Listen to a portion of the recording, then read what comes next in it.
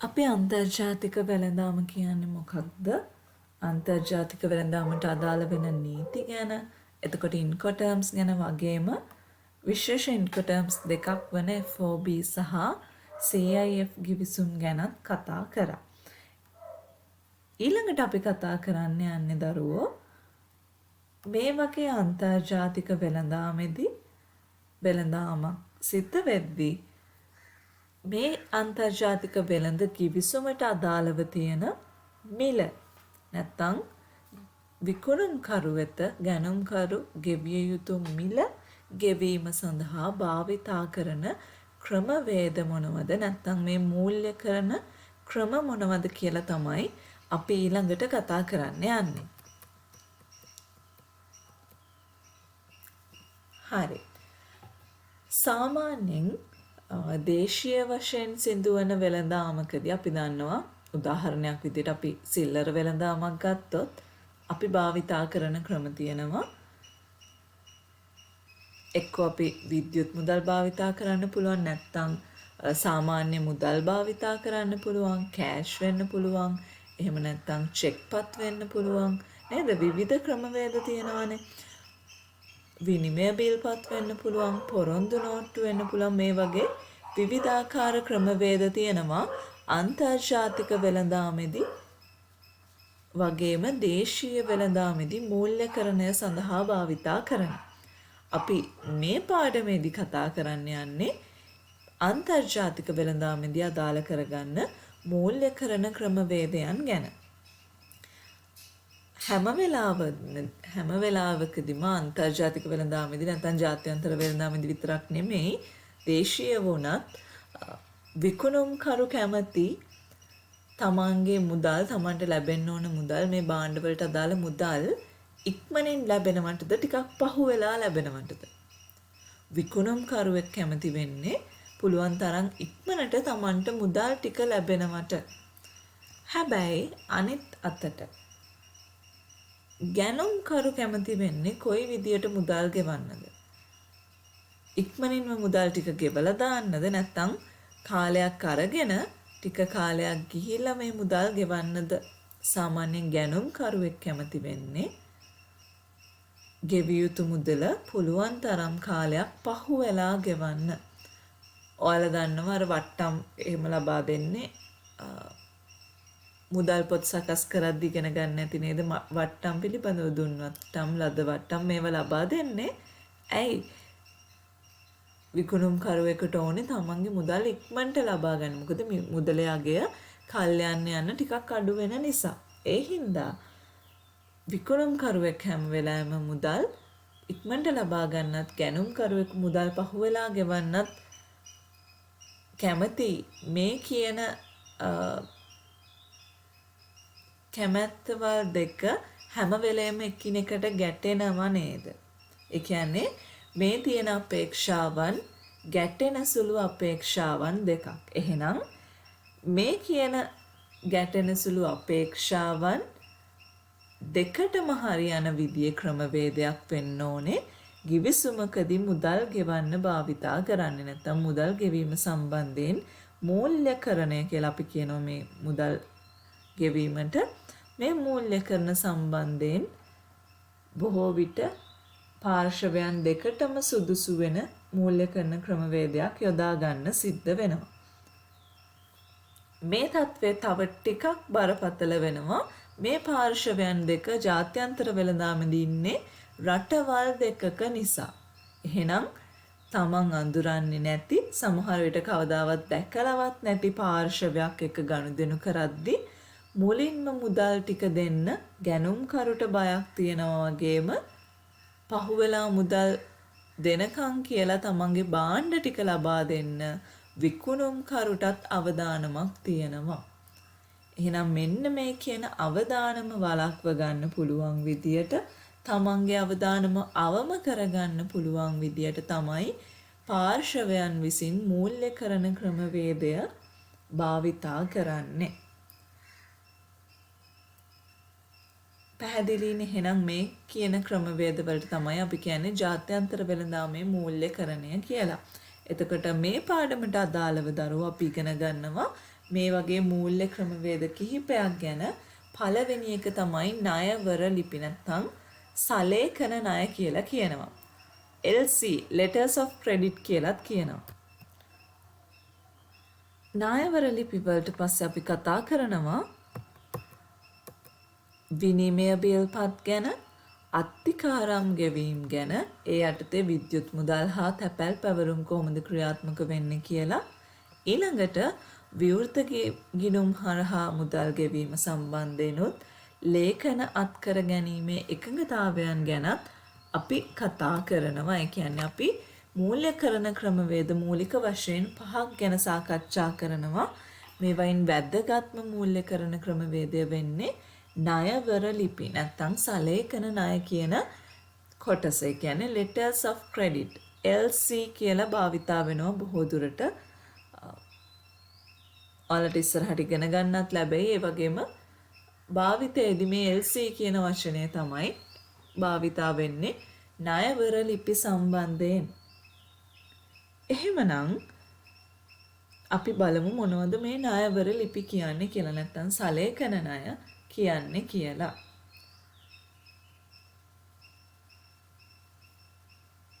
අපි අඳුරන්නේ නැති පාර්ශවයක්ව අපිට විශ්වාස කරන්න බෑනේ. ඒ හින්දා තමයි මේ කියන ක්‍රමවේදය බිහි වෙලා තියෙන්නේ. මේක බැංකුවක් මත විශ්වාසය තබමින් කරන මූල්‍යකරණ ක්‍රමවේදයක්. මේකෙදි සිද්ධ වෙන්නේ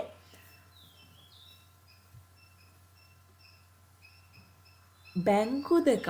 ඒ කියන්නේ ගැනුම්කරුගේ හා විකුණුම්කරුගේ බැංකු දෙක විසින් මැදිහත් වෙලා තමයි මේ අවස්ථාවේදී මුදල් ගෙවීම සිද්ධ වෙන්නේ. ඒ කියන්නේ අපි දන්නවා අපිට අපි අඳුරන්නේ නැති වෙනත් රටක ඉන්න මේ වගේ ගනුදෙනුවකට සම්බන්ධ වෙන පාර්ශවයක් විශ්වාස කරන්න බෑ. හැබැයි ලෝකයක සම්මතයක් තියෙනවා වාණිජ බැංකුවක් හැම වෙලේම විශ්වාස කරන්න පුළුවන් නෛතික පුද්ගලයෙක් කියලා. නෛතික පුද්ගලයෙක් කියන්නේ කවුද කියලා ඔයාලා දන්නවනේ නේද? නීතිය ඉදිරියේ පුද්ගලයෙක් වශයෙන් පිළිගන්න ආයතනයකට නැත්තම් නෛතික ව්‍යුහයකට අපි කියනවා නෛතික පුද්ගලයෙක් කියලා.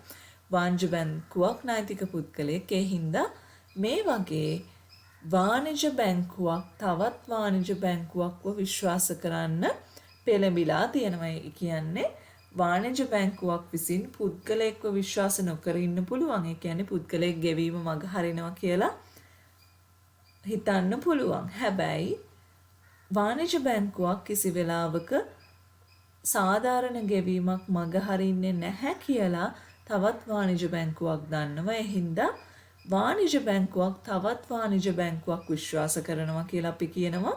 මේක ලෝක සන්දර්භය තුළ ගත්තත් එක රටක තියෙන වාණිජ බැංකුවක් තවත් රටකින් විශ්වාස කරනවා. ඒ හින්දා මේ letters of credit වලදී නැත්තම් ණයවර ලිපිවලදී බැංකු දෙකක් මූලික වෙනවා. එතකොට මේ වගේ ණයවර ලිපියක් අපි හිතමු උදාහරණයක් අපි ගමු මේක පැහැදිලි කරගන්න ලේසි වෙන්න. ගැනුම්කරු ඉන්නේ ලංකාවේ. ඔන්න ලංකාවේ ඉන්න ගැනුම්කරුවෙක් මොනවද අපන ආනයනය කරන්න යන්නේ?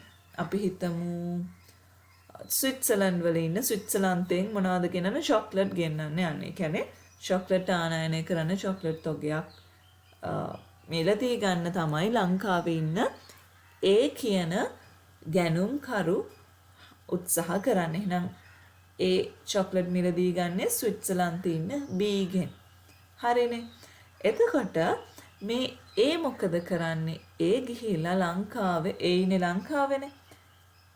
ඒ බී වඳුරන්නෙත් නැහැ පෞද්ගලිකව.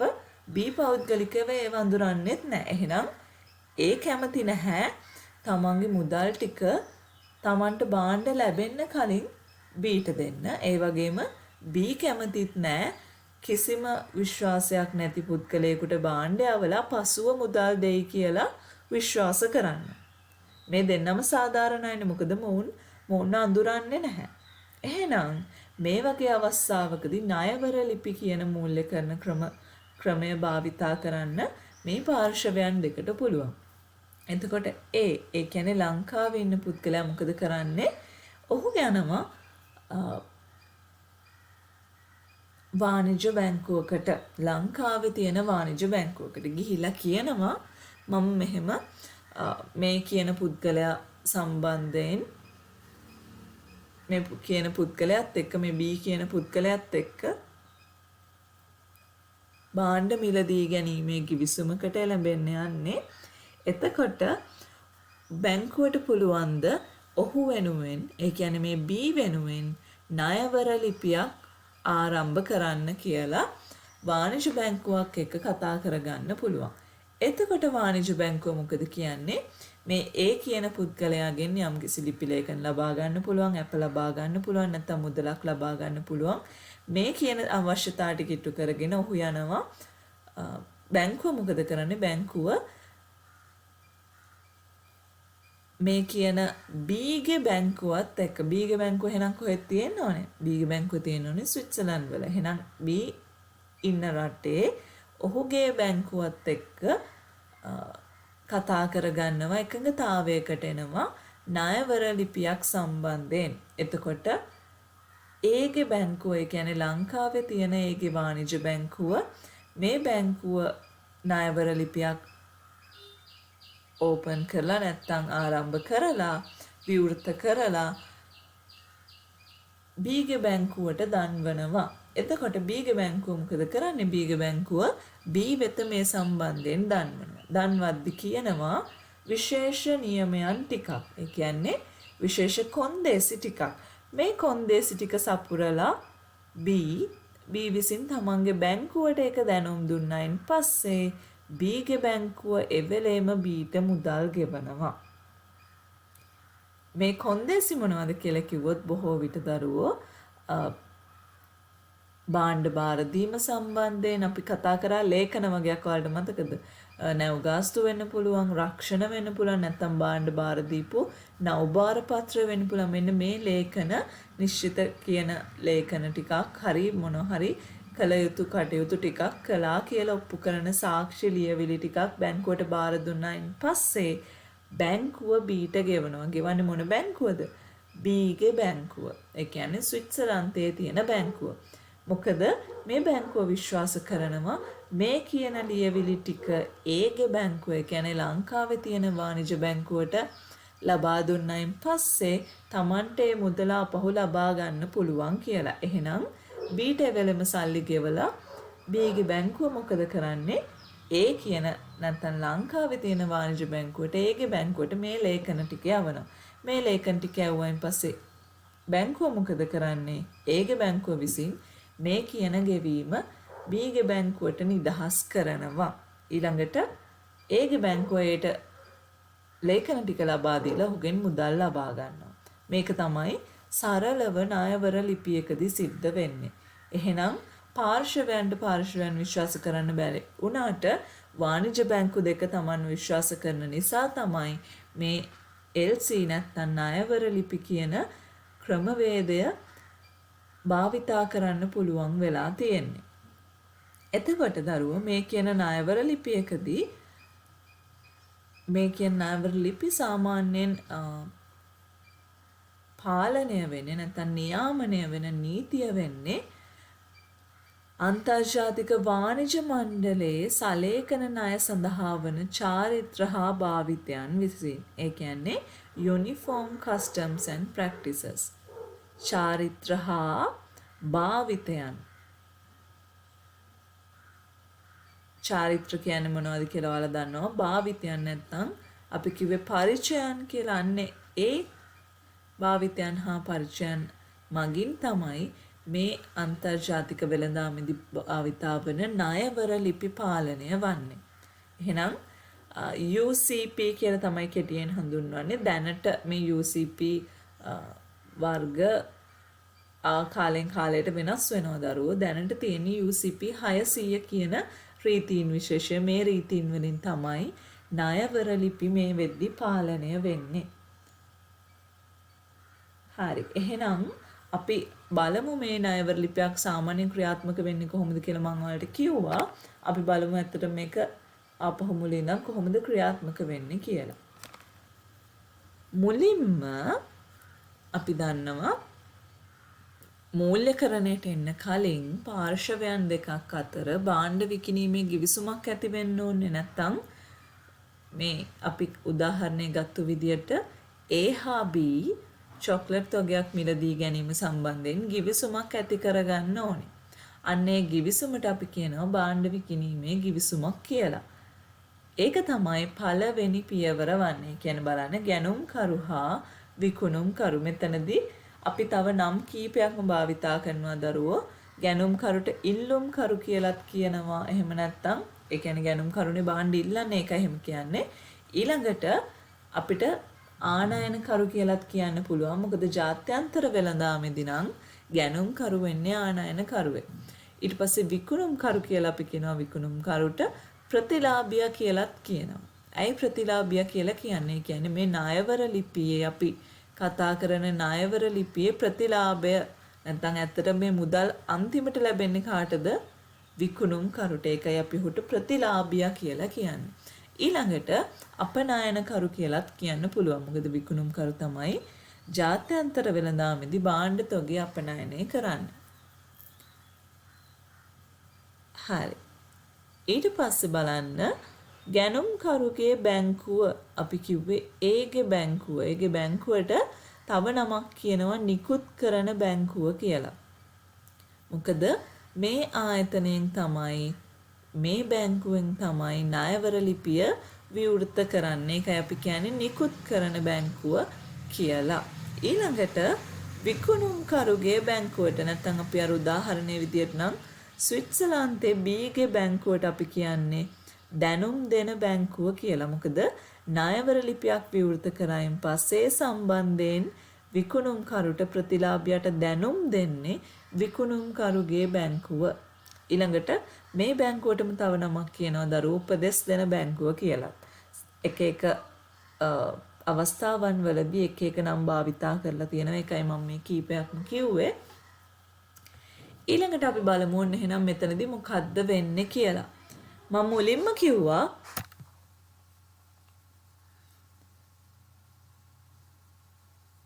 ගැනුම්කරු හා විකුණුම්කරු මුලින්ම එළඹෙන්නේ එහෙනම් භාණ්ඩ විකිණීමේ ගිවිසුමකට කියලා.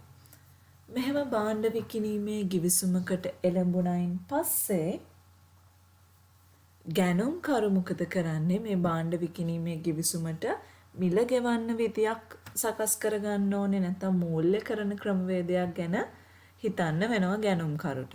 එතකොට ගැනුම්කරු ණයවර ලිපියක් මගින් මිල ගෙවනවා කියලා මේ පාර්ශවයන් දෙක ඔන්න තීරණයකට එළඹිලා තියෙනවා නම් ගැනුම්කරු මොකද කරන්න ඕනේ? ගැනුම්කරු තමන්ගේ බැංකුව වෙත ගිහිල්ලා නැත්නම් අපි භාවිතා කරන වචනේ නිකුත් කරන බැංකුව වෙත ගිහිල්ලා මොකද කරන්නේ? කියනවා විකුණුම්කරු වෙනුවෙන් විකුණුම්කරුගේ ප්‍රතිලාභය වෙනුවෙන් ණයවර ලිපියක් ආරම්භ කරන්න කියලා. එතකොට දෙවනි පියවර වෙන්නේ ගැනුම්කරු විසින් ගැනුම්කරුගේ බැංකුවෙන් නැත්නම් නිකුත් කරන බැංකුවෙන් ණයවර ලිපියක් අයදුම් කිරීම. කාගේ ප්‍රතිලාභය වෙනුවෙන්ද? විකුණුම්කරුගේ ප්‍රතිලාභය වෙනුවෙන්. ඒ කියන්නේ විකුණුම්කරුට මුදල් ගෙවන්න තමයි මෙහෙම ණයවර ලිපියක් ආරම්භ කරන්නේ. ඊළඟට ගැනුම්කරුගේ බැංකුව මොකද කරන්නේ? මේ කියන ණයවර ලිපිය ආරම්භ කරලා මේ ණයවර ලිපිය විකුණුම්කරුගේ බැංකුවට නැත්නම් දැනුම් දෙන බැංකුව වෙත යවනවා. ඊළඟට විකුණුම්කරුගේ බැංකුව ණයවර ලිපිය ලබාගෙන ණයවර ලිපියක් මේ විදියට ආරම්භ කරලා තියෙනවා. මේවා තමයි මේ ණයවර ලිපියේ කොන්දේසි කියලා විකුණුම්කරු වෙත දැනුම් දීම සිද්ධ කරනවා. එතනදී ණයවර ලිපිය දීලා මෙන්න මේ කියන කොන්දේසි ටිකත් එක්ක මේ කියන කාලය ඇතුළතදී මේ කියන ලේඛන ටික ලබා දෙන්න විකුණුම්කරුට පුළුවන් වුණොත් විකුණුම්කරුගේ බැංකුව විසින් ඒ අවස්ථාවේදීම මුදල් ගෙවනවා කියලා දැනුම් දීමක් විකුණුම්කරුගේ බැංකුව විසින් විකුණුම්කරුට සිදු කරනවා. ඒක තමයි එහෙනම් 4වෙනි පියවර වෙන්නේ. ඊළඟට 5වෙනි පියවර විදියට එහෙනම් ණයවර ලිපියත් ලැබුණ නිසා මොකද කරන්නේ විකුණුම්කරු? විකුණුම්කරු ගිහිල්ලා භාණ්ඩ ටික නැව්ගත කරනවා. ඒ කියන්නේ විකුණුම්කරුට දැන් විශ්වාසයිනේ අනිවාර්යයෙන්ම බැංකුවෙන් මුදල් ගෙවනවා කියලා. එහෙනම් විකුණුම්කරු අපේ උදාහරණයේ හැටියට නම් අර චොක්ලට් තොගය ඔන්න නැවට පටවනවා. නැවට පටවලා නවභාර පත්‍රය ලබාගෙන තව මේ ණයවර ලිපියේ තව කොන්දේසි මොනවා හරි තියෙනවා නම් ඒ කොන්දේසි ටිකත් ඉටු කරලා මේ කොන්දේසි දරුවෝ එක එක givisුමෙන් givisුමට වෙනස් වෙන්න පුළුවන්. ඒ හින්දා අපිට කියන්න බෑ හරියටම මේ කොන්දේසි කියලා. ඒ කොන්දේසි සැපුරුවා කියලා පෙන්වන්න පුළුවන් විදිහේ ලියවිලි තියෙනවා නම් ඒ ලියවිලිත් අරගෙන විකුණුම්කරු මොකද කරන්නේ? එනවා තමන්ගේ බැංකුවට ඇවිල්ලා මේ ලේඛන ටික ඉදිරිපත් කරලා තමන්ගේ මුදල ලබා ගන්නවා. එහෙනම් විකුණුම්කරුගේ වැඩේ එතනින් ඉවරයි. විකුණුම්කරු භාණ්ඩ ටික නැව්ගත කරා ලේඛන ටික බැංකුවට දුන්නා. ඔහු මුදල් ලබා ගත්තා. ඊළඟට බැංකුව මොකද කරන්නේ? මේ කියන ලේඛන ටික අරගෙන බැංකුව ඒ ලේඛන ටික යවන්න ඕනේ ගැනුම්කරුගේ බැංකුවට. එහෙනම් මේ කියන ලේඛන ටික ගැනුම්කරුගේ බැංකුවට යවන එක තමයි ඊළඟ පියවර වෙන්නේ. බලන්න ඊළඟට මොකද වෙන්නේ? එහෙනම් ගැනුම්කරුගේ බැංකුවට ලේඛන ටික යවනවා. ගැනුම්කරුගේ බැංකුව මේ ලේඛන ටික පරීක්ෂා කරලා ඒ ටික හරිනම් ගැනුම්කරුගේ බැංකුව විසින් විකුණුම්කරුගේ බැංකුවට ගෙවීම නිදහස් කරනවා. ඒ කියන්නේ විකුණුම්කරුගේ බැංකුව විකුණුම්කරුට ගෙවපු මුදල ගැනුම්කරුගේ බැංකුව විසින් විකුණුම්කරුගේ බැංකුවට ලබා දෙනවා. තේරුණා නේද? විකුණුම්කරුගේ බැංකුව විකුණුම්කරුට මුදල් දුන්නනේ මේ අවස්ථාවේදී. එහෙනම් ඒ මුදල් ගැනුම්කරුගේ බැංකුව ආපහු විකුණුම්කරුගේ බැංකුවට ලබා දෙනවා. ඔන්න ඔතනින් ওই විදියට තමයි මේ කියන ණයවර ලිපි සම්බන්ධ ගනුදෙනුව සිද්ධ වෙන්නේ. ඊළඟට මේ ලේඛන ටික ගැනුම්කරුට ලබා දෙන්නේ ගැනුම්කරුගේ බැංකුව විසින්. එතකොට ගැනුම්කරුට පුළුවන් මේ ලේඛන ටික අරගෙන ගිහිල්ලා අර නැවේන භාණ්ඩ ටික නැත්නම් අර නැවේන චොක්ලට් තොගය නිදහස් කරගන්න නැත්නම් Tamanටයි මේ වයිති කියලා පෙන්නලා මේ භාණ්ඩ තොගය ලබා ගන්න ගැනුම්කරුට පුළුවන්. මේ විදියට තමයි ණයවර ලිපියක් ක්‍රියාත්මක වෙන්නේ. අපි මේ කියන chart එක ඇඳ ගන්න ඕනේ. ඔයාලගේ ටියුට් එකේ හිස් තැනක් තියෙනවා ඒක අඳින්න. හැබැයි ඊට කලින් අපි ටියුට් එක චුට්ටක් බලලා ඉමු දරුවෝ. කියවමු මාත් එක්කම ණයවර ලිපි බලන්න ඔයාලගේ ටියුට් එකේ 8 වෙනි පිටුව පෙරලා ගන්න. ජාත්‍යන්තර වෙළඳාමේ මූල්‍යකරණය කියන කොටස. අපි කියවමු අන්තර්ජාතික වෙළඳාමේදී භාණ්ඩවල ගෙවීම් පියවීම සඳහා විවිධාකාර ක්‍රමවේදයන් භාවිතා කෙරේ. ගැනුම්කරු හැකිතාක් ප්‍රමාද වී ගෙවීම් කටයුතු කිරීමට කැමැත්තක් දක්වන අතර විකුණුම්කරු ඉක්මන් හා ආරක්ෂිත ක්‍රමවේදයකින් මිල ලබා ගැනීමට අපේක්ෂා කරයි. මෙම අපේක්ෂා එකිනෙක ඝට්ටනය වන බැවින් සහ ආනයනකරු සහ අපනයනකරු දේශ සීමා දෙකක සිටීම නිසා බොහෝ විට ගනුදෙනුවකදී පාර්ශවයන් යම් අවදානමකට මුහුණ දෙයි. මෙම අවදානම අවම කර ගනිමින් අන්තර්ජාතික වෙළඳාමේදී මූලික වශයෙන්ම භාවිතා කරන ගෙවීම් පියවීමේ ක්‍රම කිහිපයක් හඳුනා ගනිමු. එහෙනම් අපි හඳුනගන්න පළවෙනි ක්‍රමය මොකක්ද? ණයවර ලිපි. බලන්න අන්තර්ජාතික වෙළඳ ගනුදෙනුවක විශ්වාසය තහවුරු කිරීම සඳහා බැංකුකරුවන්ගේ මැදිහත් වීම අපේක්ෂා කරනු ලබන ක්‍රමවේදයක් මෙහිදී ක්‍රියාත්මක වේ.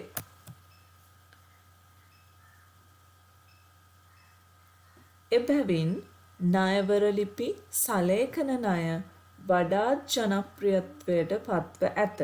මේ වචන දෙකම එකයි.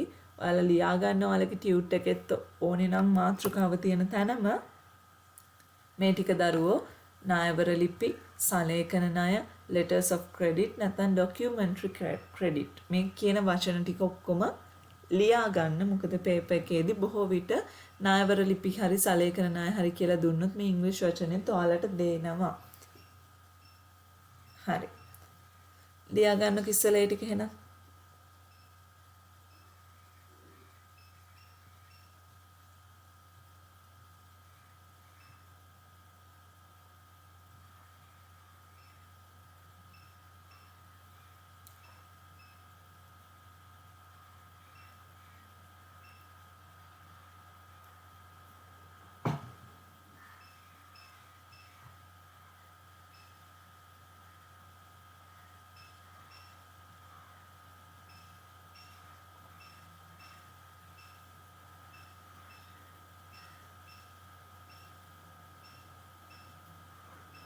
හරි නේද?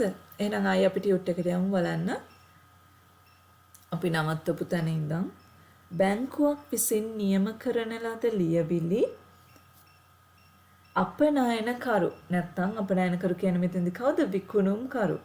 බැංකුව වෙත බාර දුන් පසු ගෙවීම් කිරීමට එකඟ වන කොන්දේසියක් ලෙස ණයවර ලිපි නැත්නම් සලේඛන ණය හඳුනාගත හැක. මොකද්ද මේ කියන්නේ? බැංකුවක් විසින් නියම කරලා තියෙන ලියවිලි ටික අපනයනකරු බැංකුව වෙත බාර දුන්නායින් පස්සේ ගෙවීම් කිරීමට එකඟ වන කොන්දේසියක් ලෙස ණයවර ලිපි හඳුනාගත හැක. හරි නේද? අපි කිව්වේ යම්කිසි කොන්දේසි ටිකක් ඉටු කරනවා නම් ඒ කොන්දේසි වලට අදාළ ලියවිලි ටික බැංකුවට දුන්නායින් පස්සේ මුදල් ලබා දෙනවා කියලා තමයි ණයවර ලිපියකින් කියන්නේ. ඊළඟට පොඩි හිස්සනක් තියෙනවා අපි ඒක සම්පූර්ණ කරගමු.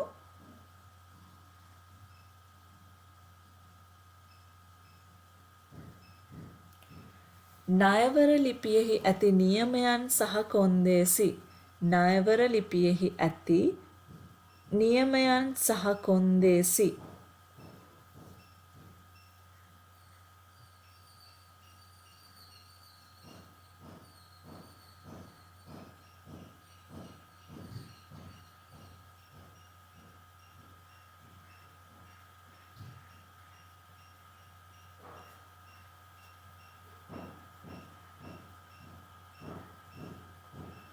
විකුණුම්කරු විසින් සපයා ඇතනම් විකුණුම්කරු විසින් සපයා ඇතනම්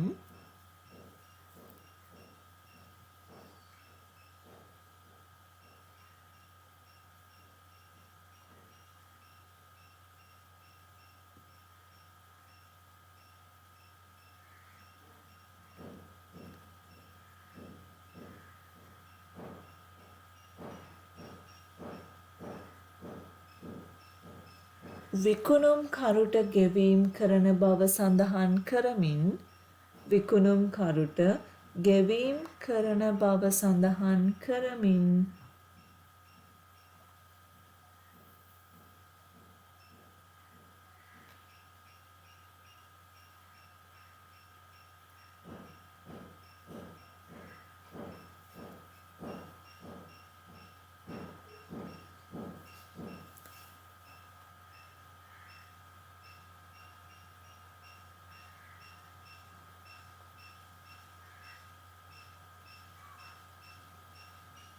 ගැනුම්කරු වෙනුවෙන් බැංකුවක් විසින් ලබා දෙන ගැනුම්කරු වෙනුවෙන් බැංකුවක් විසින් ලබා දෙන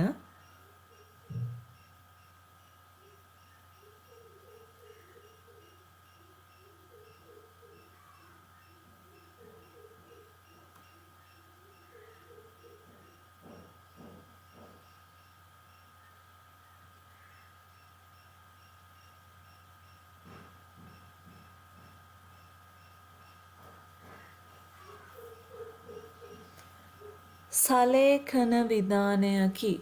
සලේඛන වචනේ දන්නවනේ අපි මුලින්ම ලියාගත්තේ මාතෘකාව ළඟ. සලේඛන විධානයකි. මම අපවසරයක් කියන්නම්.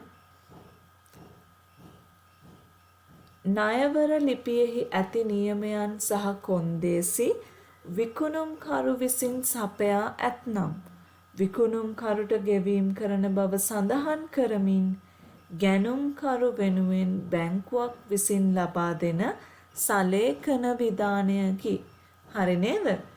ණයවර ලිපියේ තියෙන නියමයන් හා කොන්දේසි විකුණුම්කරු විසින් බැංකුවට සපයනවා නම් ඒවට මේ ගිවිසුමට අදාළව මුදල් ලබා දෙනවා කියලා හරිනම් කවුද මේ මුදල් ලබා දෙනවා කියලා එකඟ වීම කරන්න ඕනේ?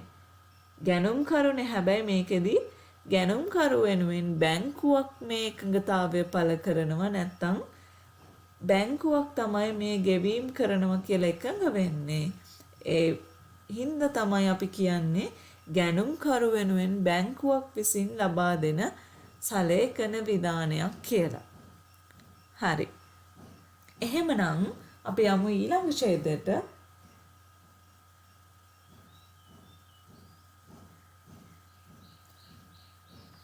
බලන්න ගැනුම්කරුගේ ඉල්ලීම මත ගැනුම්කරුගේ බැංකුව නැත්නම් අපි කියනවා නිකුත් කරන බැංකුව කියලා.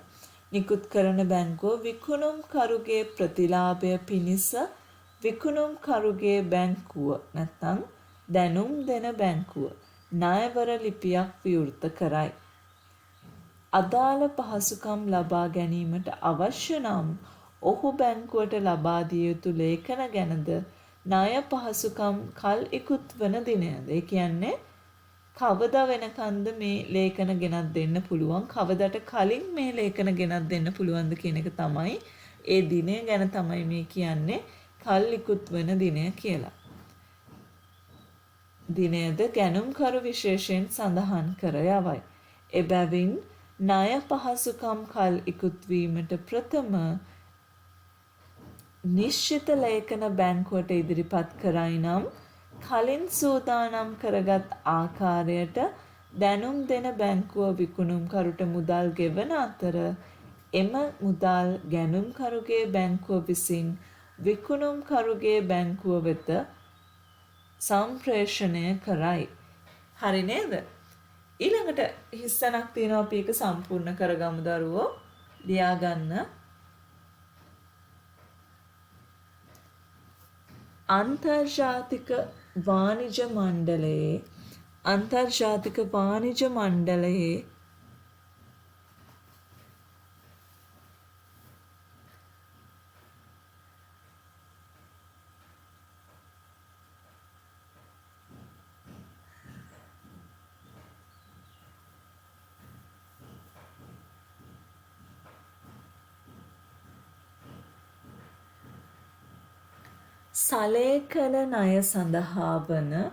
සලේඛන ණය සඳහා වන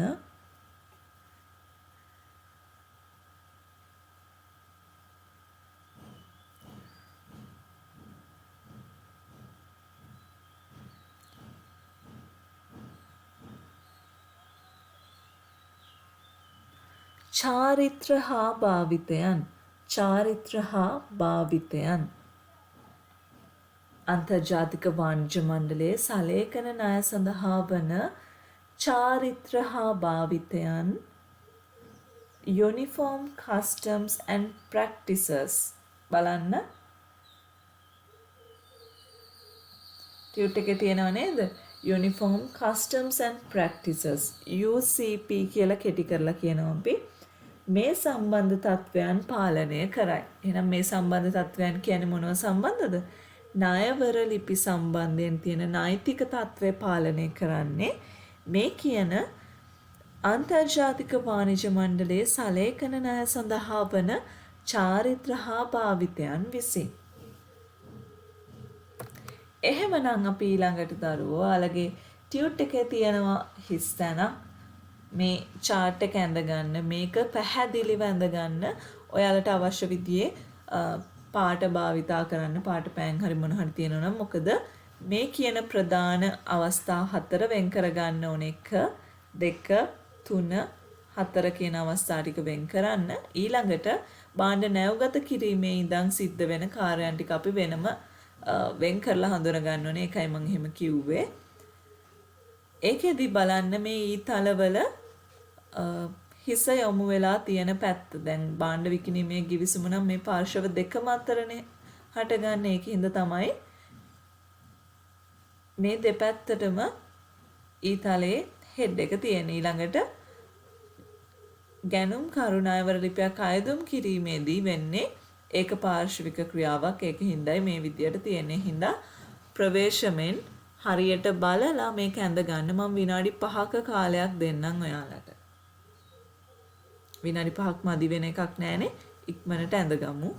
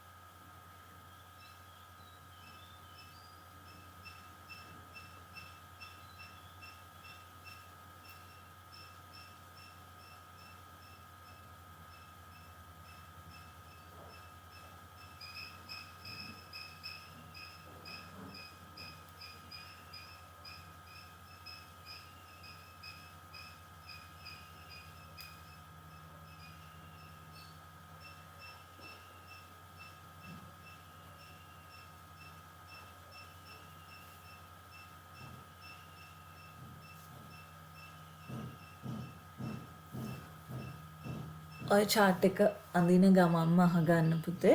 අපි මේ වෙද්දි පාඩම් කීපයක් කරලා තියෙනවා. ඒ වගේම විශේෂ පාඩම් දෙකක් මම කිව්වා අපි ඔන්ලයින් ක්‍රමයට කරමු කියලා. මොකද ඒ පාඩම් දෙක ඔයාලට පැහැදිලි වෙන එක අත්‍යවශ්‍යයි කියලා හිතනවා.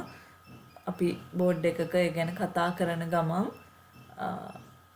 පැහැදිලි කරන එක අවශ්‍යයි කියලා හිතන පාඩම් දෙකක් තියෙනවා. අපි ඒ දෙකේ හින්දා ඔන්ලයින් ක්‍රමයට කරමු. එතකොට අපේ පාඩම් 6ක් ඉවර වෙලා තියෙනවා.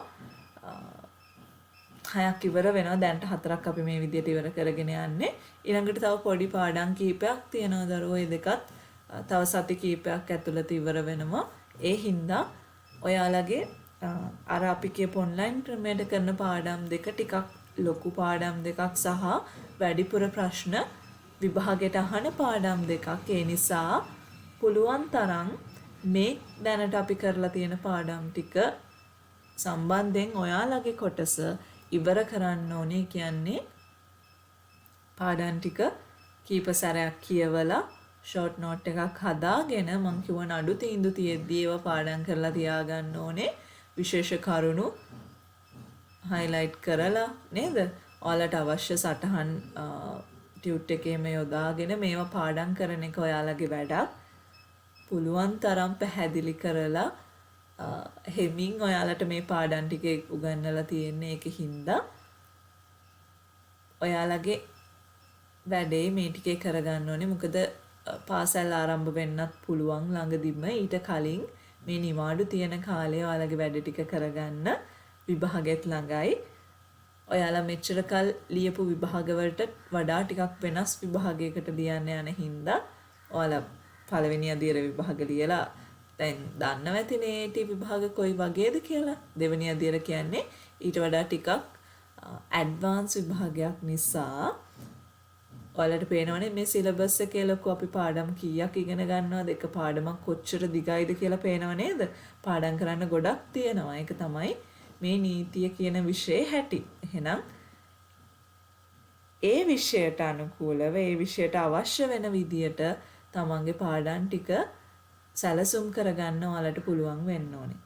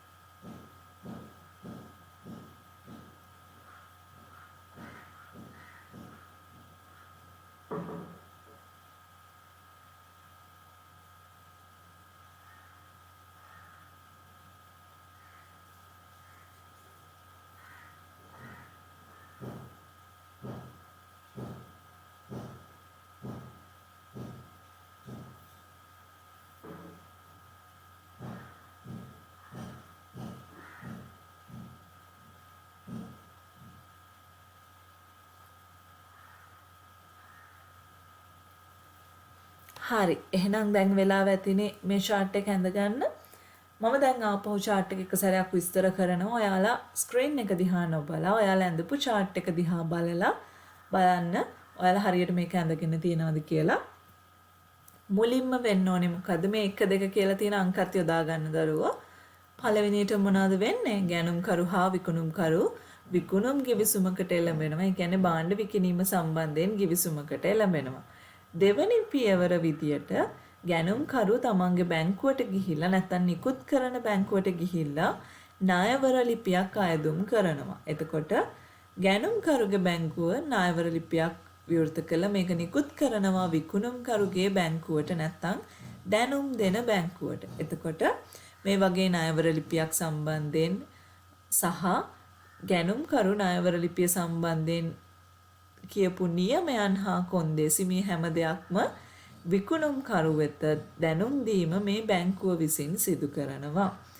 විකුණුම්කරු මේක දැනගත්තයින් පස්සේ එයා තමන්ගේ භාණ්ඩ ටික ගැනුම්කරුට නැව්ගත කරනවා. නැව්ගත කරලා අදාළ ලේඛන ටිකත් එක්ක එනවා විකුණුම්කරුගේ බැංකුවට. ඒ කියන්නේ තමන්ගේ බැංකුවට ඇවිල්ලා ලේඛන ටික ඉදිරිපත් කරලා මුදල් ලබා ගන්නවා. ඊට පස්සේ විකුණුම්කරුගේ බැංකුව මොකද කරන්නේ?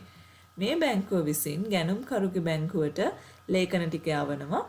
යවුවයින් පස්සේ ගැනුම්කරුගේ බැංකුව මේව පරීක්ෂා කරලා බලලා ගෙවීම නිදහස් කරනවා. එහෙනම් අවසාන පියවර වශයෙන් ඕනනම් ඔයාලට පැත්තකින් ලියා ගන්න පුළුවන්. ගැනුම්කරුගේ බැංකුව මේ ලේඛන ටික ගැනුම්කරුට දුන්නායින් පස්සේ ගැනුම්කරුට පුළුවන් ගිහිල්ලා වරායෙන් තමන්ගේ භාණ්ඩ ටික නිදහස් කරගන්න. ඕක තමයි ණයවර ලිපියකදී වෙන ක්‍රියාපටිපාටීන් ටික නැත්නම් ක්‍රියාවලිය කොහොමද ණයවර ලිපියක් ක්‍රියාත්මක වෙන්නේ කියන එක තමයි අපි මේ chart එකකින් ඉගෙන ගත්තේ. හරි නේද? අඩුපාඩු මොන හරි තියෙනවා නම් අයි පොඩි වෙලාවක් දෙන්නම් සම්පූර්ණ කරගන්න.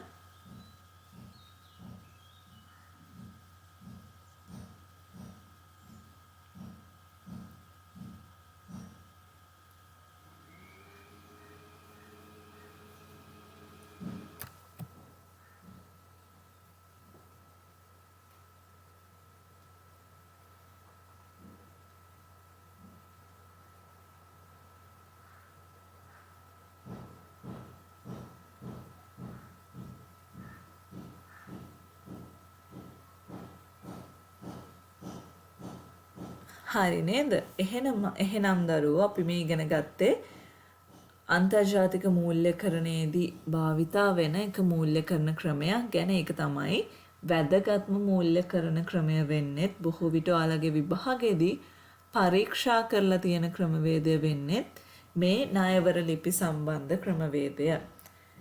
ඒ වුණාට අපි තව ආකාර කිහිපයක් ගැන කතා කරන්න යනවා. ඒ නිසා අපි ඊළඟ එක බලමු. ඊළඟට තියෙන්නේ විනිමය බිල්පත්. ඉගෙනගෙන තියනවද විනිමය බිල්පත් ගැන අහලා තියනවද?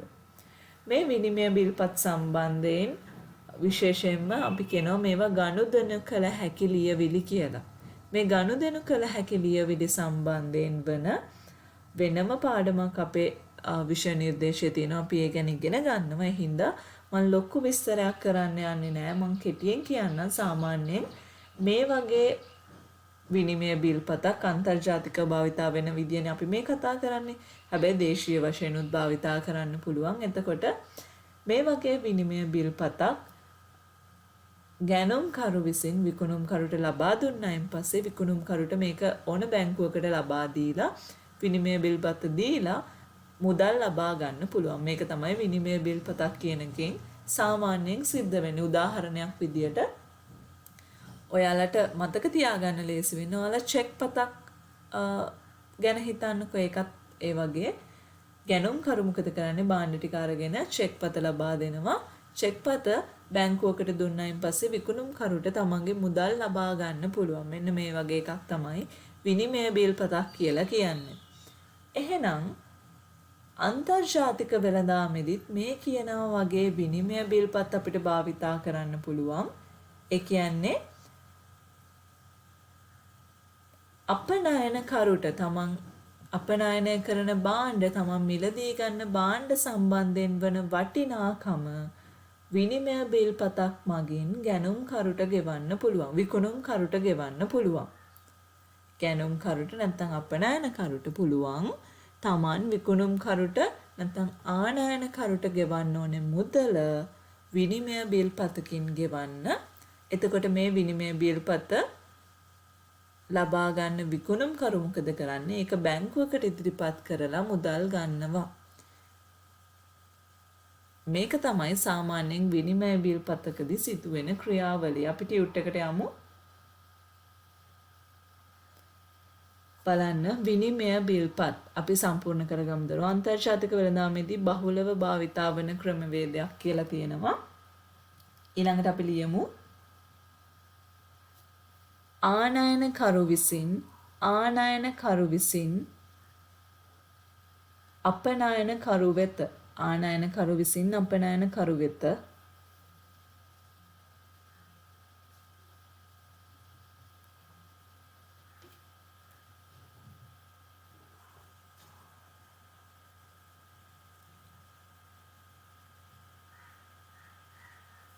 විනිමය බිල්පතක් භාණ්ඩවල වටිනාකම මත ලබා දෙන අතර විනිමය බිල්පතක් භාණ්ඩවල වටිනාකම මත ලබා දෙන අතර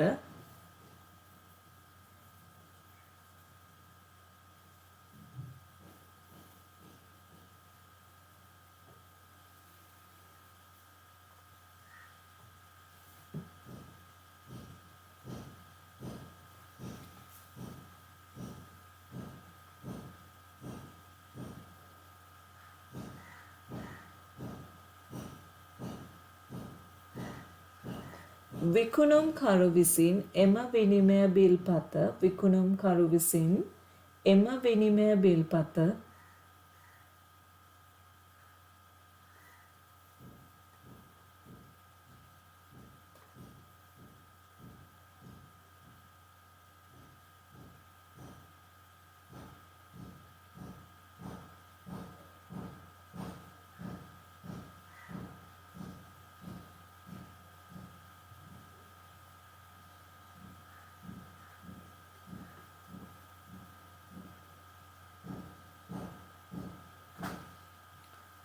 බැංකුවක් වෙත ලබා දී මුදල් ලබා ගනී. බැංකුවක් වෙත ලබා දී මුදල් ලබා ගනී.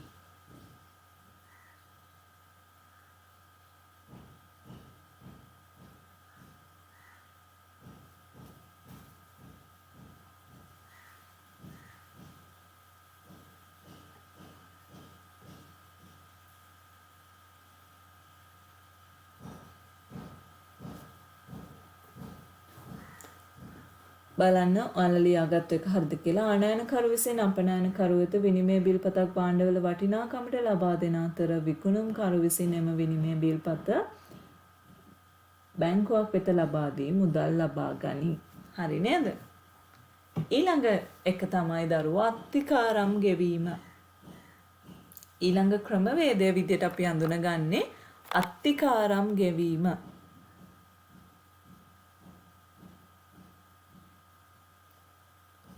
මේකෙදි වෙන්නේ භාණ්ඩ නැව්ගත කරන්න කලින්ම. ඒ කියන්නේ භාණ්ඩ ටික නැව්ගත කරන්නත් කලින්ම භාණ්ඩ ටික නැවට පටවන්නත් කලින්ම ගැනුම්කරු මොකද කරන්නේ? එක්ක ගෙවිය යුතු සම්පූර්ණ මුදල නැත්නම් බොහෝ විට එකෙන් කොටසක් විකුණුම්කරු වෙත ගෙවනවා. මේක තමයි අත්තිකාරම් ගෙවීමක් කියන්නේ. හැබැයි මේක ගොඩක් අවදානම් සහගතයි කාටද? කාටද මේකේ අවදානම තියෙන්නේ?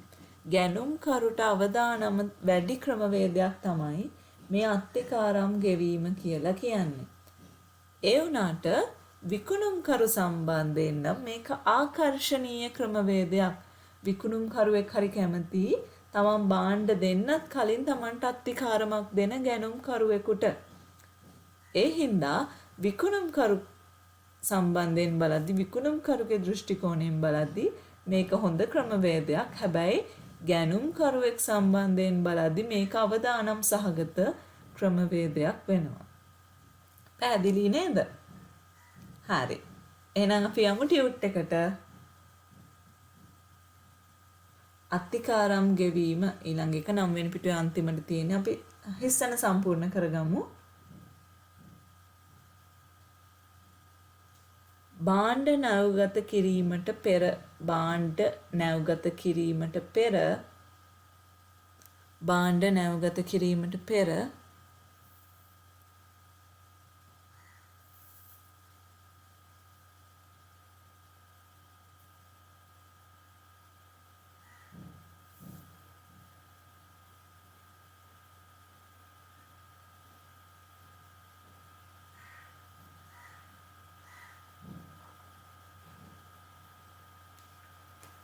භාණ්ඩ තොග සඳහා ගෙවිය යුතු සම්පූර්ණ මුදල හෝ භාණ්ඩ තොග සඳහා ගෙවිය යුතු සම්පූර්ණ මුදල හෝ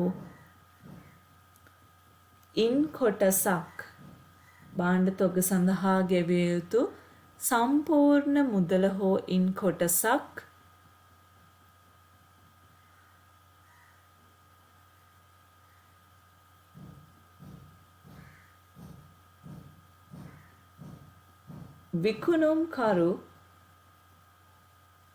විකුණුම්කරු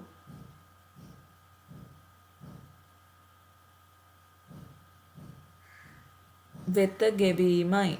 විකුණුම්කරු වෙත ගෙවීමයි.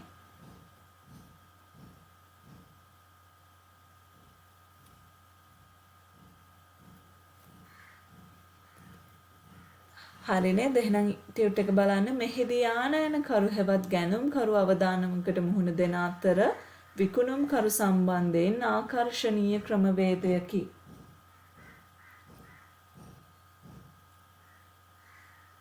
ඊළඟට මේ වගේ මිලක් ගෙවද්දි නැත්නම් අපි කියනවා අත්තිකාරමක් ගෙවද්දි විවිධ ක්‍රම යොදා ගන්නවා දරුවෝ.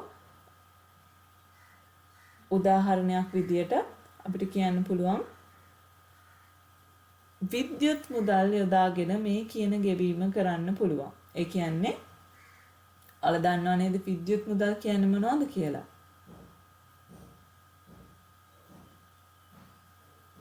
අහලා තියෙනවා විද්‍යුත් මුදල් පසුම්බිය, එතකොට හරපත්, බැරපත්, ණයපත් මේ වගේ දේවල් ගැන අහලා තියෙනව නේද?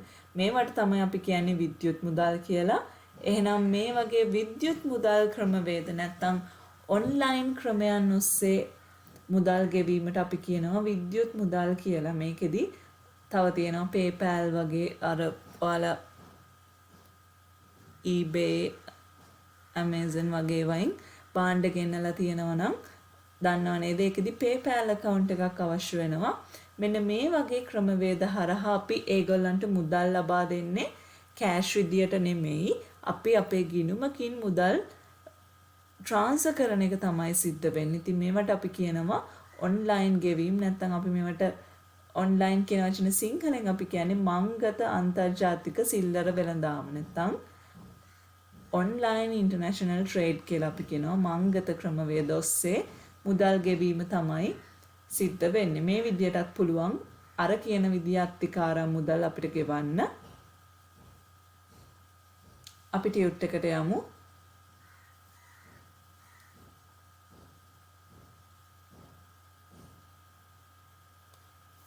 හිස්සනක් තියෙනව නේද? සම්පූර්ණ කරගන්න. එහෙනම් විද්‍යුත් මුදල්. විද්‍යුත් මුදල් පළවෙනි හිස්සන ලියාගෙන විද්‍යුත් මුදල්.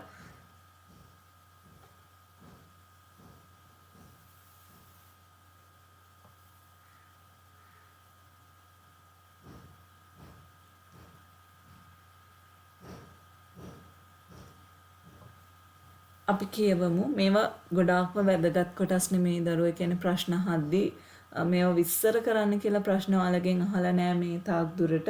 ඒක හින්දා අපි මේ කොටස ටිකක් ඉක්මනින් කරන්නේ.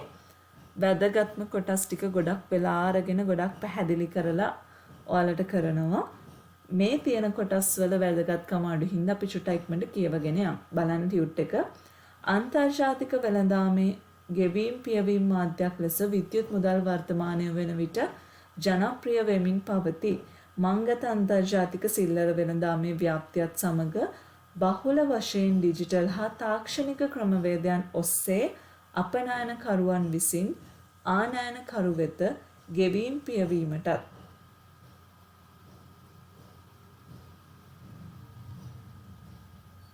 ඒක චුට්ටක් හදාගන්න ඕනේ දරුවෝ. බලන්න කවුරු කාටද ගෙවීම් පියවන්න ඕනේ? ආනයනකරු නේද අපනයනකරු වෙත ගෙවීම් පියවන්න ඕනේ. දෙක පොඩ්ඩක් මාරු කරගන්න. ඔස්සේ ක්‍රමවේදයන් ඔස්සේ ආනයනකරු විසින් අපනයනකරු වෙත කියලා හදාගන්න. ආනයනකරු විසින් අපනයනකරු වෙත.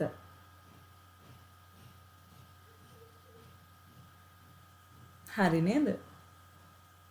අපනයනකරු වෙත ගෙවීම් පියවීමටත් හරපත් ණයපත් විද්‍යුත් මුදල් පසුම්බිය e-wallet කියලා කියන්නේ ආදී විද්‍යුත් මුදල් ආකාරයන් යොදා ගනී. සාම්ප්‍රදායික විද්‍යුත් මුදල් සම්බන්ධව ඇති වූ අවදානම හේතුවෙන් වර්තමානයේදී PayPal වැනි ක්‍රමවේද බොහෝ විට අන්තර්ජාතික වෙළඳාමේ ගෙවීම් පියවීම සඳහා භාවිතා වේ. සාම්ප්‍රදායික ක්‍රමවේද කියලා කියන්නේ ඔය අපි මුලින් කතා කරපු ණයපත් හරපත් වගේ දේවල්. එතකොට විද්‍යුත් මුදල් පසුම්බිය මේ වගේ දේවල් වලදී පොඩි අවදානමක් තියෙනවා. මේ මුදල් සම්බන්ධයෙන් වෙන කෙනෙකුට ප්‍රවේශයක් ලබා ගන්න පුළුවන් විදිහ අවදානමක්. ඒ නිසා තමයි වර්තමානයේ වෙද්දී මේ PayPal වගේ ක්‍රමවේද බොහෝ විට ආරක්ෂිතයි. මේ ක්‍රමවේද මේවා යොදා ගන්නවා කියලා කියන්නේ. ඊළඟ එක වෙන්නේ ඊළඟ හිස්තැනේ ලියා ගන්න තැපැල් පැවරුම්. තැපැල් පැවරුම්. තැපැල් පැවරුම්. මේකෙදි වෙන්නේ එක බැංකුවක් තවත් බැංකුවක් වෙත කේබල් පණිවිඩයක් ලබා දෙනවා. එතකොට ඒ පණිවිඩයේදී නම් කරන පුද්ගලයෙකුට මුදල් ගෙවීම සිදු වෙනවා බැංකුව විසින්. මේක පහසු ක්‍රමවේදයක්. ඒ හින්දා තමයි මේ වගේ අත්තිකාරම් ගෙවීම් සම්බන්ධයෙන් මේක යොදාගන්නේ. එතකොට ගැනුම් කරුට කරන්න තියෙන්නේ බැංකුවකට ගිහිල්ලා විකුණුම් කරුගේ රටේ බැංකුවකට කේබල් පණිවිඩයක් ලබා දෙන්න කියලා ඉල්ලන එක. එතකොට බැංකුව මේ පණිවිඩය ලබා දුන්නායින් පස්සේ පුද්ගලයාට ඇවිල්ලා මුදල් ලබා ගන්න පුළුවන්. හරි. කියවන්න. එක් බැංකුවක් විසින් තවත් බැංකුවක් වෙත කේබල් පණිවිඩයක් ලබා දීම මගින් පණිවිඩය ලබන බැංකුව විසින් නම් කරනු ලබන පුද්ගලයෙකුට මුදල් ගෙවීම මෙහිදී සිදුවේ. හරි.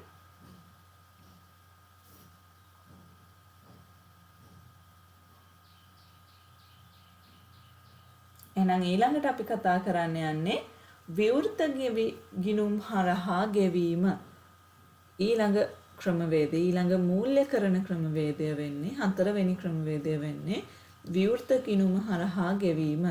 මේ වගේ අවස්ථාවකදී වෙන්නේ ඉදිරි දිනකදී මුදල් ගෙවන්න තමයි දරුවෝ එකඟ වෙන්නේ ගැනුම්කරු හා විකුණුම්කරු. ඒ කියන්නේ විකුණුම්කරු භාණ්ඩ නැව්ගත කරලා අදාළ ලේඛන ගැනුම්කරුට ලබා දුන්නායින් පස්සේ ලේඛන පරීක්ෂා කරලා ගිවිසගත්තු ඉදිරි දිනකදී මුදල් ගෙවනවා කියලා පොරොන්දු වෙන එකට තමයි අපි මේ විවෘත ගිණුම හරහා ගෙවීම කියලා කියන්නේ. මේකෙදි බොහෝ විට ණය කාලයක් ලබා දෙන උදාහරණයක් විදිහට මාසයක් තුළ ලේඛන ලැබින මාසයක් තුළ මුදල් ගෙවනවා වගේ කොන්දේසියක් ඇතුළත් කරගන්න පුළුවන්. හැබැයි මේක බොහෝ විට කාටද අවදානමක් වෙන්නේ? විකුණුම් කරුට හරිම අවදානම් සහගත ක්‍රමවේදයක්. මොකද ගැනුම් කරුට පුළුවන් මුදල් නොගෙවා ඉන්න. මොකද ලේඛන ටිකක් තියෙන හින්දා අයිතියක් තියෙනවා. භාණ්ඩ ටිකත් ඔහු සමග තියෙන සල්ලිත් තියෙන අයක සල්ලි නොගෙවා ඉන්න, මුදල් නොගෙවා ඉන්න අවදානමක් තියෙනවා. ඒ හින්දා මේක භාවිතා වෙන්නේ නිරතුරුවම ගනුදෙනු කරන විශ්වාසවන්ත පාර්ශවයන් අතර විතරයි. මේකෙම එක දිගුවක් විදියට, ඒ කියන්නේ මේකෙම වර්ධනයක් විදියට තව ක්‍රමවේදයක් තියෙනවා දරුවෝ. අපි කියනවා කොන්සයින්මන්ට් කියලා. මේ කන්සයින්මන්ට් ක්‍රමවේදයේදී වෙන්නේ ආනයනකරුවෙක් භාණ්ඩ ආනයනය කරලා මේ භාණ්ඩ ටික විකුණලා ඒ භාණ්ඩ වලින් ලැබෙන මුදල් වලින්ම අර අපනයනකරුට ගෙවන එක. මොකද්ද මේ කියන්නේ? විකුණුම් කරුවෙක්ගෙන් ගැනුම්කරු භාණ්ඩ ටිකක් ලබාගෙන මේ භාණ්ඩ ටික විකුණනවා. මුදල් ගෙවන්නේ නැහැ. භාණ්ඩ ටික ලබාගෙන මේ භාණ්ඩ ටික විකුණලා ලැබෙන ලාභය තියෙනවනේ. ඒ ලැබෙන මුදල් වලින්ම තමයි අර විකුණුම් කරුගේ මුදල් ටික නැත්තම් ගෙවිය යුතු ගෙවීම ගෙවන්නේ. ඒකත් ඒ කියන්නේ යම්කිසි කාලයක් ගත වෙනවනේ. ඒකත් ඒ හින්දා අපි කියනවා විවෘත ගිණුම් හරහා ගෙවීමේම එක දිගුවක් කියලා. හරි, අපි ටියුට් එකට යමු. හිස් තැනක් තියෙනවා, අපි සම්පූර්ණ කරගමු ලියන්න. විකුණුම් කරු විසින් භාණ්ඩ නැව්ගත කර. විකුණුම් කරු විසින් භාණ්ඩ නැව්ගත කර.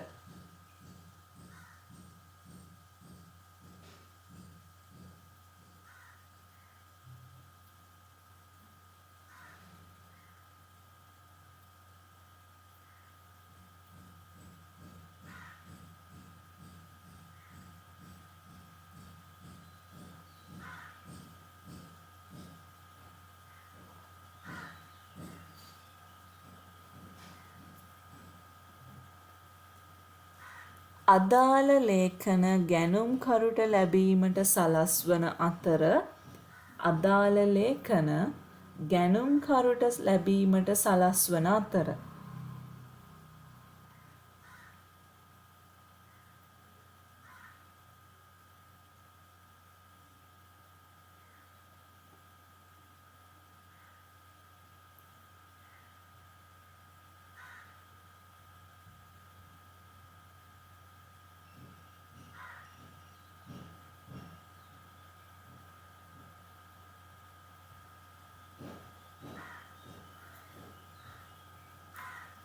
ගැනුම්කරු එම ලේඛන සහ භාණ්ඩ පරීක්ෂා කොට ගැනුම්කරු එම ලේඛන හා භාණ්ඩ පරීක්ෂා කොට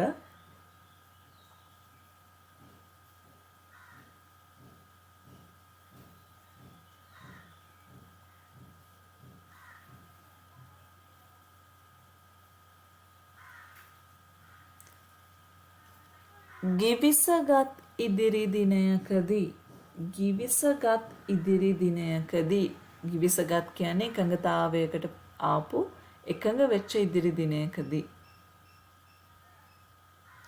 ගිවිසගත් ඉදිරි දිනයකදී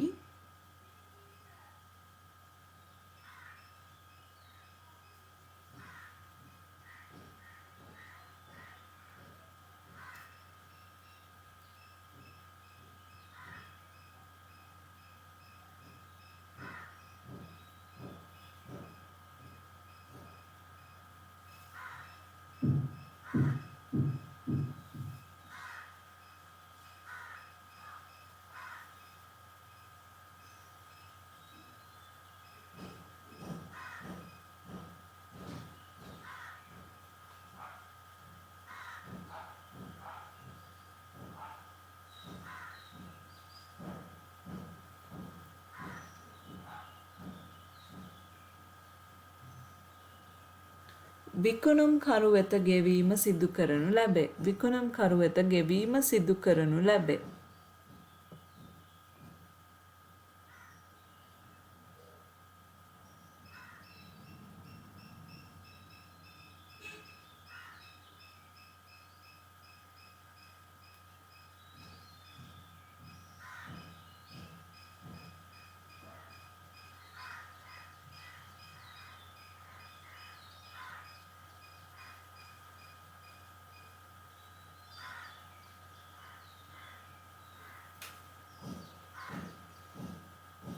එහෙනම් මේ මොකද්ද කියන්නේ?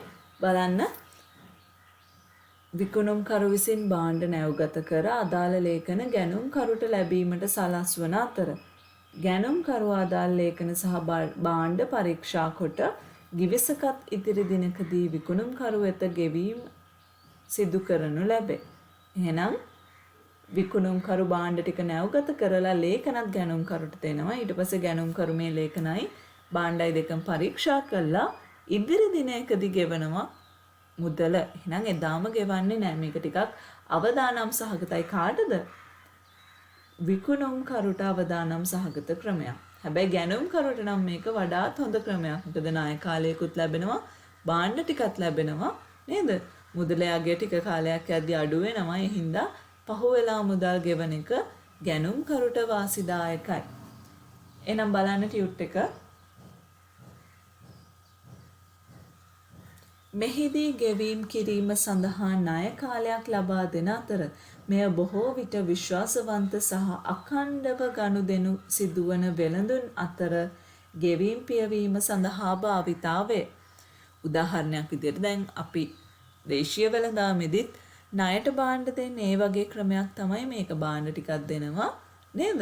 දැන් ඒකෙදි ලේඛන විශේෂයක් නැහැනේ දේශීය භාණ්ඩ විකිණීමකදී. හැබැයි විදේශීය වශයෙන් යද්දි මේ ලේඛන වැදගත් තැනක් ගන්නවා. අපි කතා කරා ලේඛන මොනවද කියලා මතකයි නේද? මතකයිද ලේඛන මොනවද කියලා?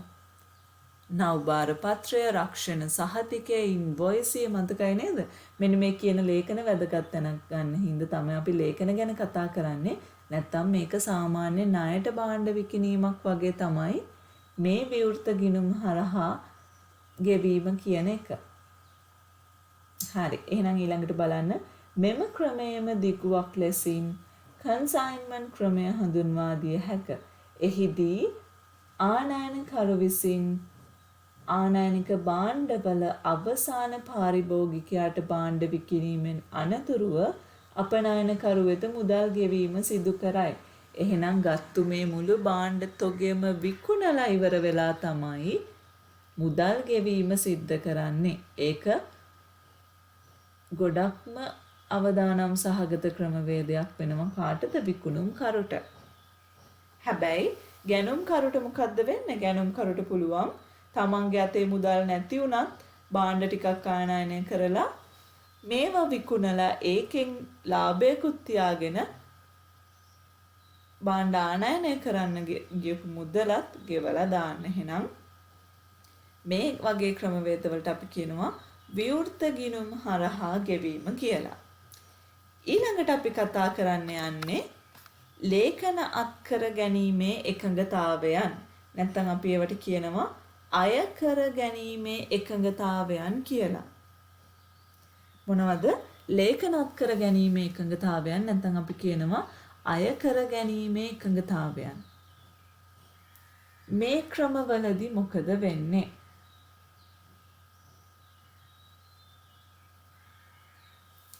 මේකෙදිත් බැංකු කරුවන්ගේ මැදිහත් වීමක් සිදු වෙනවා. හැබැයි මේක ණයවර ලිපිවලට වඩා වෙනස්. අපි කතා කළයින් පස්සේ බලමු මොනවද මේ වෙනස්කම් කියලා. මේකෙදි වෙන්නේ මේ ලේඛනත් කර ගැනීම එකඟතාවයන් වලදී සිද්ධ වෙන්නේ බැංකු අර වගේම අපනයනකරුගේ බැංකුවක් සහ ආනයනකරුගේ බැංකුවක් තියෙනවා. නැත්නම් විකුණුම්කරුගේ බැංකුව සහ ගැනුම්කරුගේ බැංකුව තියෙනවා.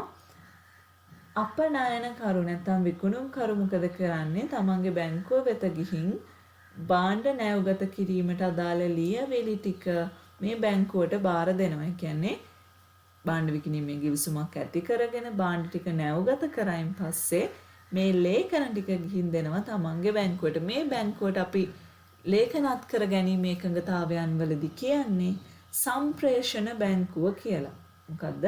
සම්ප්‍රේෂණ බැංකුව කියන්නේ විකුණුම්කරුගේ බැංකුව නැත්නම් අපනයනකරුගේ බැංකුවට අපි කියන්නේ සම්ප්‍රේෂණ බැංකුව කියලා. ඊළඟට අනිත් බැංකුවට නැත්නම් ආනයනකරුගේ ගැනුම්කරුගේ බැංකුවට අපි කියනවා සංග්‍රාහක බැංකුව කියලා. එතකොට විකුණුම්කරු ඇවිත් මේ ලේඛන ටික සම්ප්‍රේෂණ බැංකුවට දෙනවා. සම්ප්‍රේෂණ බැංකුව කරන්නේ මේ ලියවිලි ටික සංග්‍රාහක බැංකුවට දෙනවා. ඒ කියන්නේ ගැනුම්කරුගේ බැංකුවට යවනවා. එහෙම යවුවයින් පස්සේ සංග්‍රාහක බැංකුව මොකද කියන්නේ? ආනයනකරුට දැනුම් දෙනවා ලේඛන ටික ඇවිල්ලා තියෙන්නේ. ඔයා මුදල් ගෙවලා මේ ලේඛන ටික ගන්න කියලා. එතකොට ආනයනකරු නැත්තම් ගැනුම්කරු මොකද කරන්න ඕනේ? මුදල් ගෙවලා අර ලේඛන ටික ගන්න ඕනේ. එතකොට සංග්‍රහක බැංකුවට මුදල් ලැබෙනවා. මේ මුදල් ටික සංග්‍රහක බැංකුව විසින් සම්ප්‍රේෂණ බැංකුවට යවනවා. සම්ප්‍රේෂණ බැංකුවට මුදල් ටික ගියාන් පස්සේ සම්ප්‍රේෂණ බැංකුව මේ මුදල් ටික අර අපනයනකරුට නැත්තම් විකුණුම්කරුට ලබා දෙනවා. ඒක තමයි මේ ක්‍රියාවලියේදී සිද්ධ වෙන්නේ. එතකොට ණයවර ලිපියකට වඩා මේක වෙනස් වෙන්නේ කොහොමද? ණයවර ලිපියක නම් විකුණුම්කරු නැත්නම් අපනයනකරු තමන්ගේ බැංකුවට ලේඛන ටික ලබා දෙනවත් එක්කම එයාට ගෙවීම ලැබුණා. හැබැයි මේකදී එහෙම නැහැ. ලේඛන ටික ලබා දීලා මේක ගැනුම්කරුගේ බැංකුවට යවලා ගැනුම්කරුගේ බැංකුව විසින් ගැනුම්කරුගෙන් මුදල් ලබාගෙන ලේඛන ටික ලබා දුන්නායින් පස්සේ ගැනුම්කරුගේ බැංකුව විසින් ආපහු විකුණුම්කරුගේ බැංකුවට මුදල් එවලා එතනදි තමයි මේ ගෙවීම ලබා ගන්න පුළුවන් වෙන්නේ. එහෙනම් මේක ටිකක් අවදානම් ක්‍රමයක් කාටද? විකුණුම්කරුට. මොකද විකුණුම්කරු මේ ලේඛන ටික බාර නැවගත කරලා ලේඛන ටික බාර දුන්නයින් පස්සේ බැංකුව විසින් ආය ගැනුම්කරුගේ බැංකුවට නැත්තම් සංග්‍රාහක බැංකුවට ලේඛන ටික යවලා සංග්‍රහක බැංකුවෙන් ගැනුම්කරුට කියනවනේ දැනුම් දීමක් කරනවනේ මෙන්න මෙහෙම ලේඛන ටික දැන් ඇවිත් තියෙන්නේ මුදල් ලබා දීලා ලේඛන ගන්න කියලා. ඒ වගේ අවස්ථාවකදී ගැනුම්කරු කිව්වොත් මට ওই ලේඛන අවශ්‍ය නැහැ කියලා ගැනුම්කරු මේ භාණ්ඩ ප්‍රතික්ෂේප කළොත් විකුණුම්කරුට එතනදී අවදානමක් තියෙනවා. මොකද දැනටමත් තමන් භාණ්ඩ නැවගත කරලත් ඉවරයි, ලේඛන ටිකත් බාර දීලා ඉවරයි. එහෙනම් මුදල් ලැබෙන්නේ නැති වෙන්න අවදානමක් තියෙනවා. ඒ හින්දා මේක ටිකක් ණයවර ලිපි වලට වඩා විකුණුම්කරුට අවදානම් සහගත ක්‍රමයක්. හැබැයි ණයවර ලිපි වලට වඩා ටිකක් ලාභදායී ක්‍රමයක්. මොකද බැංකුව අවදානමක් ගන්නෙ නෑනේ මෙතනදී. බැංකුව විසින් මුදල් ගෙවන්නේ ඒව ගැනුම්කරු මුදල් බැංකුවට ලබා දුන්නොත් විතරයි. හැබැයි ණයවර ලිපි වලදී එහෙම නෙමෙයි. බැංකුව තමන්ගේ මුදල් ගෙවලා තමයි පස්සේ ගැනුම්කරුගෙන් මුදල් ලබා ගන්නෙ. ඒ හින්දා බැංකුවට අවදානම් වැඩි හින්දා බැංකුව මේකෙදි ගාස්තුවක් අය කරගන්නවා. ටිකක් වැඩි ගාස්තුවක් ණයවර ලිපිවලදී. හැබැයි මෙතනදී එහෙම අවදානමක් නැති හින්දා බැංකුව වලට ගෙවන්න වෙන්නේ අඩු මුදලක් නැත්නම් අඩු ගාස්තුවක්. ඒ හින්දා මේක ටිකක් ලාභදායී ක්‍රමවේදයක්. හරි, අපි යමු එහෙනම් ටියුට් එකට.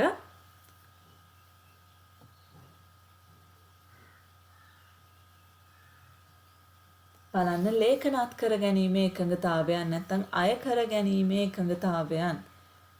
ගෙවීම් පියවීමේ ක්‍රියාවලිය සඳහා බැංකුකරුවන් මැදිහත් වීමේදී ගැනුම්කරුගේ බැංකුව සංග්‍රාහක බැංකුව ලෙසත් විකුණුම්කරුගේ බැංකුව සම්ප්‍රේෂණ බැංකුව ලෙසත් හඳුනා ගනී.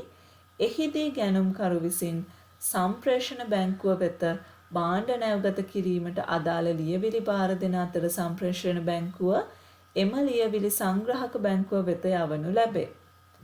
සංග්‍රහක බැංකුව ආනයනකරු ගෙවීම් කිරීමෙන් අනතුරුව පමණක් සංග්‍රහක බැංකුව විසින් ඒ අයන කියන කපන්න ආනයනකරු වෙත එම ලේඛන නිදහස් කිරීම සිදු කරයි. බලන්න මොකක්ද කිව්වේ? සංග්‍රහක බැංකුව ආනයනකරු ගෙවීම් කිරීමෙන් අනතුරුව පමණක් සංග්‍රහක බැංකුව විසින් ඒ කොටස අවශ්‍යත් නැහැ, තිබ්බත් කමක් නැහැ, ආනයනකරු වෙතෙම ලේඛන නිදහස් කිරීම සිදු කරයි. කියන්නේ මුදල් ලබා දුන්නයින් පස්සේ විතරයි සංග්‍රහක බැංකුව විසින් ලේඛන නිදහස් කිරීම කරන්නේ. ඊළඟට තියෙන හිස් තැනක් අපි ඒක සම්පූර්ණ කරගමු. මෙහි පිරිවැය සාපේක්ෂව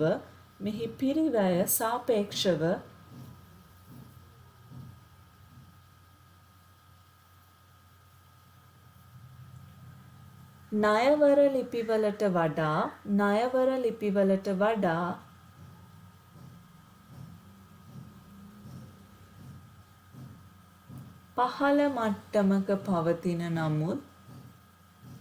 පහළ මට්ටමක පවතින නමුත් මෙහි පිරිවැය සාපේක්ෂව ණයවර ලිපිවලට වඩා පහළ මට්ටමක පවතින නමුත්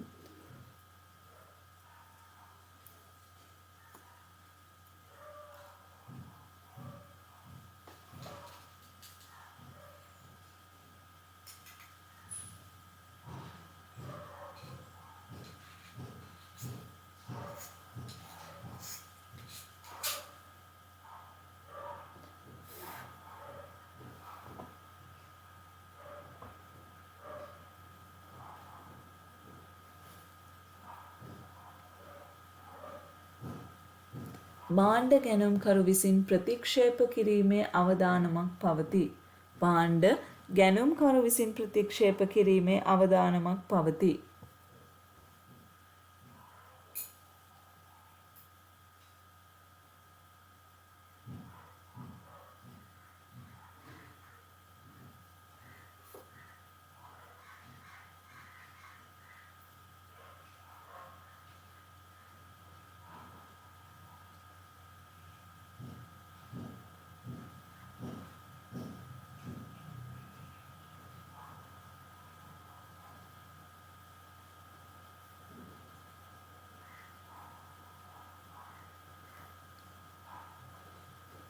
හරි. එහෙනම් ඔය අපි කතා කරේ ලේඛන අත්කර ගැනීමේ එකඟතාවයන් ගැන. මූල්‍යකරණ ක්‍රමවේද 5ක් තියෙනවා කියලා අපි කිව්වා. ඒ ක්‍රමවේද 5 ගැනම අපි මේ විදිහට සාකච්ඡා කරේ. අපි ආයෙත් බලමු මොනවද මේ ක්‍රමවේදයන් කියලා. මුලින්ම අපි කතා කරා ජාත්‍යන්තර වෙළඳාමේ මූල්‍යකරණය කියන්නේ මොකක්ද? මේකෙදි භාවිතා වන ක්‍රමවේදයන් ගැන අපි කතා කරද්දී මුලින්ම කතා කළේ මොනවද? ණයවර ලිපි නැත්තම් සලේඛන ණය ගැන එතනදී මේවා ක්‍රියාත්මක වෙන්නේ කොහොමද කියලා විස්තරාත්මකව කතා කළා. ඊළඟට අපි කතා කළා විනිමය බිල්පත් ගැන. ඊළඟට අත්තිකාරම් ගෙවීම මගින් මූල්‍යකරණය සිදු වෙන්නේ කොහොමද කියලා කිව්වා. විවෘත ගිණුම් හරහා ගෙවීම නැත්තම් ණය කාල සීමාවක් දීලා ගෙවීම සිදු වෙන්නේ කොහොමද කියලාත් කිව්වා. අවසාන වශයෙන් ලේඛනත් කර ගැනීමේ එකඟතාවයන් ගැන තමයි අපි කතා කළේ. එහෙනම් මේ මූල්‍යකරණ ක්‍රමවේද 5 තමයි මූලික වශයෙන් අපි අපේ සිලබස් එකේදී ඉගෙන ගන්න දරුවෝ. ඒ කියන්නේ අන්තර්ජාතික වශයෙන් වෙළඳාමේදී භාවිතා කරන මූල්‍යකරණ ක්‍රමවේදයන්. හරි. එහෙනම් මේ කොටසත් මෙතනින් අවසන් වෙනවා. ඊළඟට අපි කතා කරන්න තියෙන්නේ අන්තර්ජාතික වෙළඳ ආරවුල් විසඳීම ගැන. ඒ ගැන අපි ඊළඟ වීඩියෝ එකේදී කතා කරමු.